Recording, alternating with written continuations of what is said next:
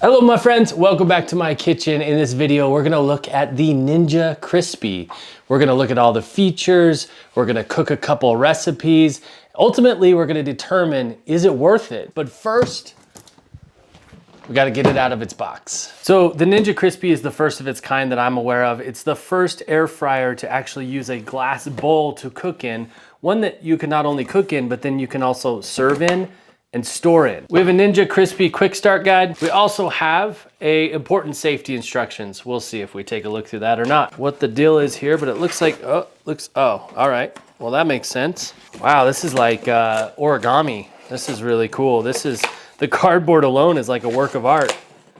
All right, let's pull this baby out. There's our first smaller bowl. Crisp it, serve it, store it. All right, well, that's okay. Yeah, there we go. We got our two different size bowls here. So this one's 4 quarts. It says big batch, feeds up to 4 people. This one is 6 cups, small batch, 7-minute meals is what it says. All right, these are the little fry trays, and these are the storage lids. So that's really cool. The lid seems to fit really tight. That one popped back off. That's interesting. They seem to seal and fit really tight. This one's more of just the press-on style. Lots of cardboard. Lots of plastic. We got about a 3-foot long cord, so you want to plan accordingly. You got to be that close to an outlet or have an extension cord. There's a bunch of stickers on here. They're really helpful stickers though, so I'm going to leave them on for now. I'm not going to move them. All right, so pretty much this thing just sets right down here on top of the bowl like that. I'm going to give all of this a really good wash, and then we're going to cook together. See how this thing actually works. All right, so the first test we're going to do is just classic cooking some raw chicken. So these are raw chicken thighs. So I'm gonna cook them the same way that they say to cook chicken breasts, but they're just a little bit thinner than chicken breasts.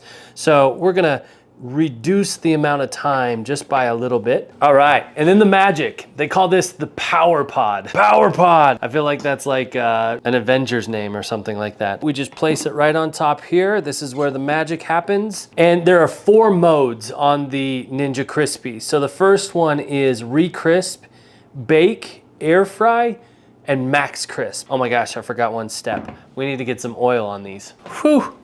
That would have been disastrous. So I'm just gonna take some avocado oil and just dump it on here. Just get a little bit all over the chicken. Brush it around like so. Let's go. And then I'm also going to just throw a little salt on it. Can't hurt to have a little flavor. All right, so the instructions suggest that I cook this on air fry for 15 to 20 minutes. I'm gonna start with 15 because I think the thighs are just a little bit thinner than the breasts and I don't wanna overcook them. So we're gonna push the mode button over to air fry. And then we've got the minutes here on the top and it starts at 10, I'm gonna push it to 15. And then I'm gonna push start and we'll see how loud it is. So the sound is not too bad. It's actually pretty quiet. When I compare it to like our Ninja Foodie, we got the double barrel or the double drawered Ninja Foodie. This is a lot quieter than that. So we're at about 2 minutes. I wanna check in on this chicken. I'm gonna check the temperature, but I just wanted to let you know, I mean, this thing does put off some heat. That's one thing that I'm a little bit surprised by. These handles are very warm. They're not hot, I can touch them, but it does say always use an oven mitt when unit is hot. I also wondered, what does it do if you pick it up when it's running? And it just turns off. That's cool. And these little feet right here on the unit, they say you can just set it on your countertop like this, even when it's been hot and it won't do any damage. What we're aiming at is about 165. It's at 178, so I went a bit too long. Hopefully I didn't dry this chicken out. The time that it gave me in the book to cook the chicken is a lot more than I think this chicken actually needed, but let's cut into it and take a look at it. Let's just cut this open and, whoo, hot. And it's crispy around the edges too, which is kind of cool. Yeah, look at that. That is nicely cooked chicken. Here's one of the edge pieces that I thought could be a little bit too crispy. Let's test it out. It's a little dry. I'm gonna finish cutting this chicken up because we're actually gonna use it in the next test. And it's a recipe straight from the Ninja Crispi cookbook.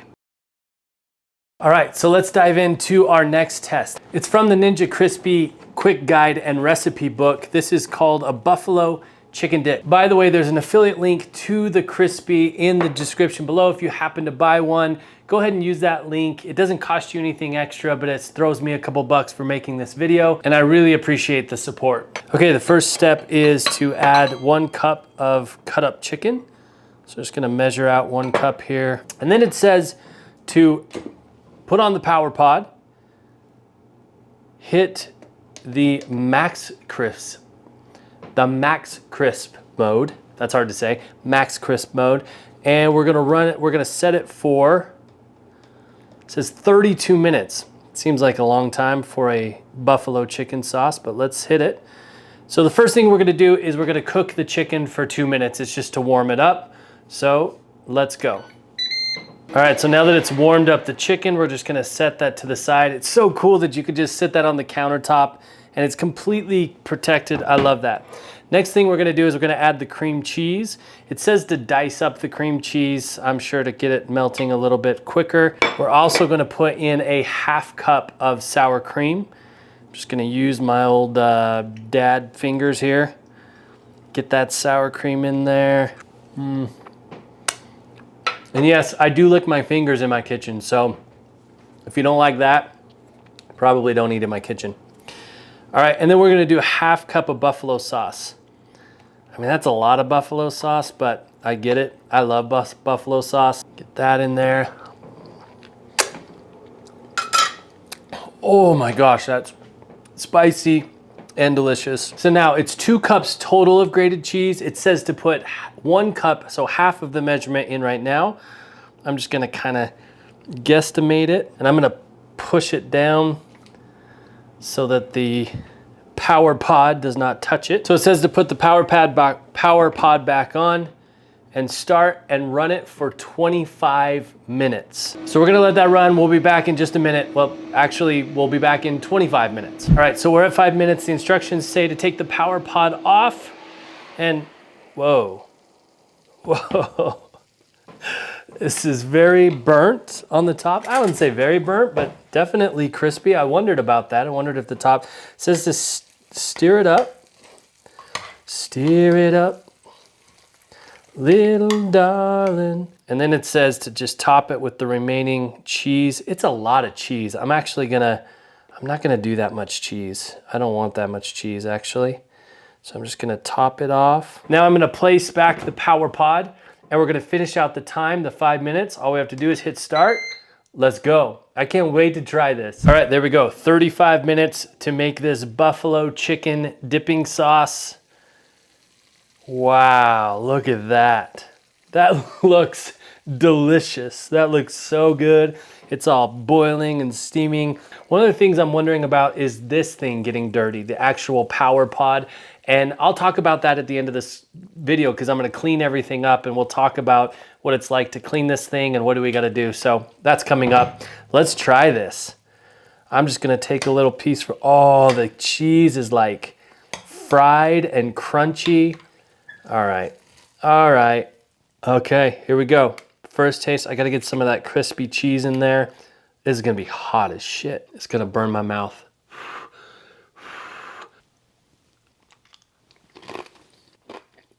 Oh, that's really good.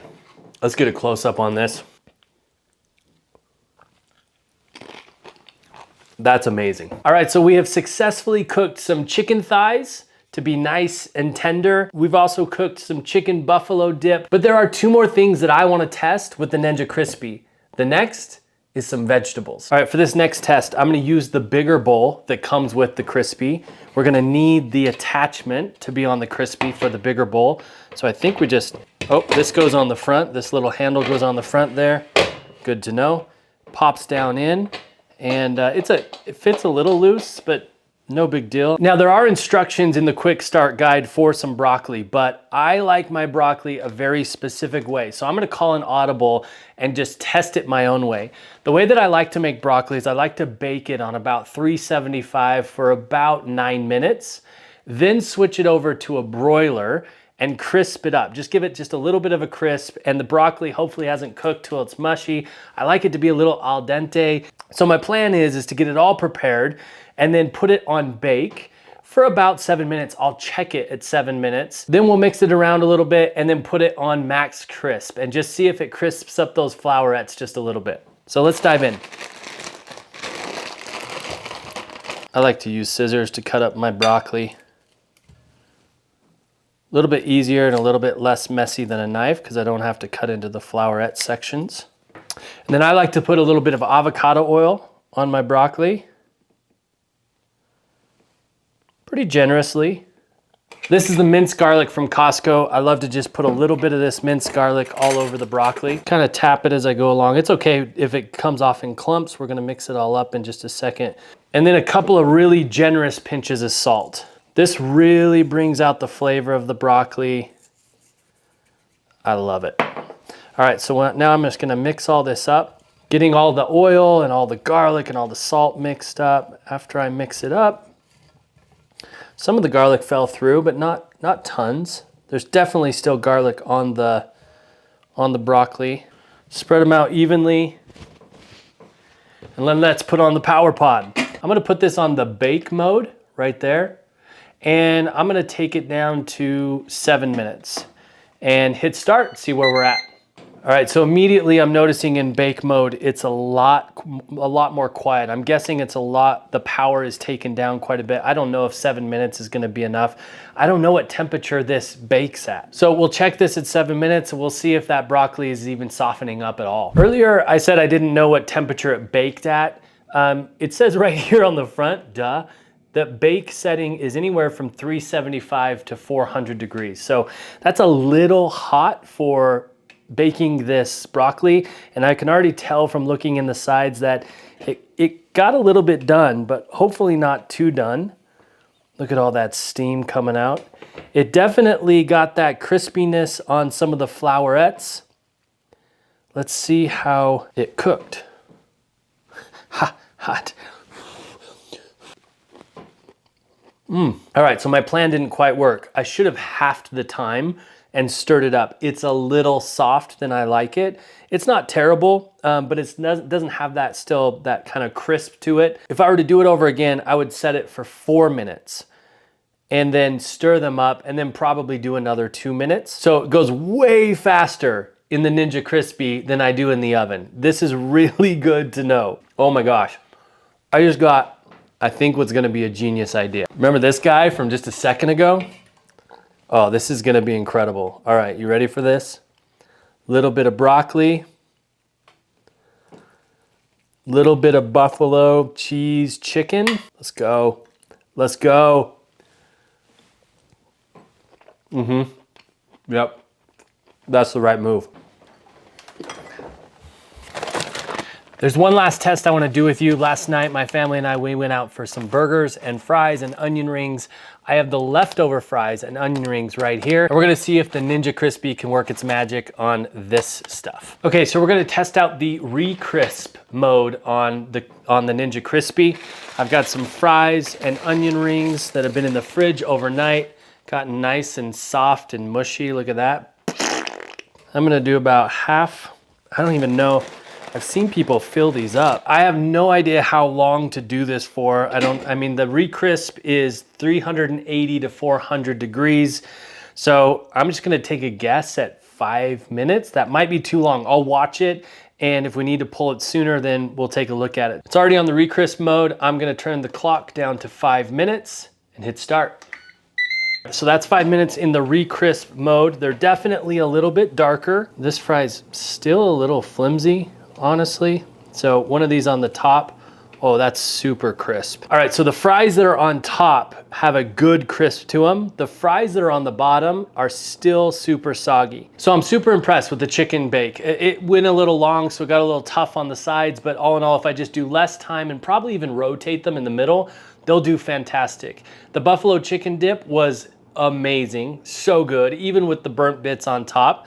The broccoli was awesome. It just needed a little less time. That's what I'm learning, that this thing actually cooks quicker than I realize or that I would guess, or even that the cookbook tells you. The Recrisp, I'm not as impressed.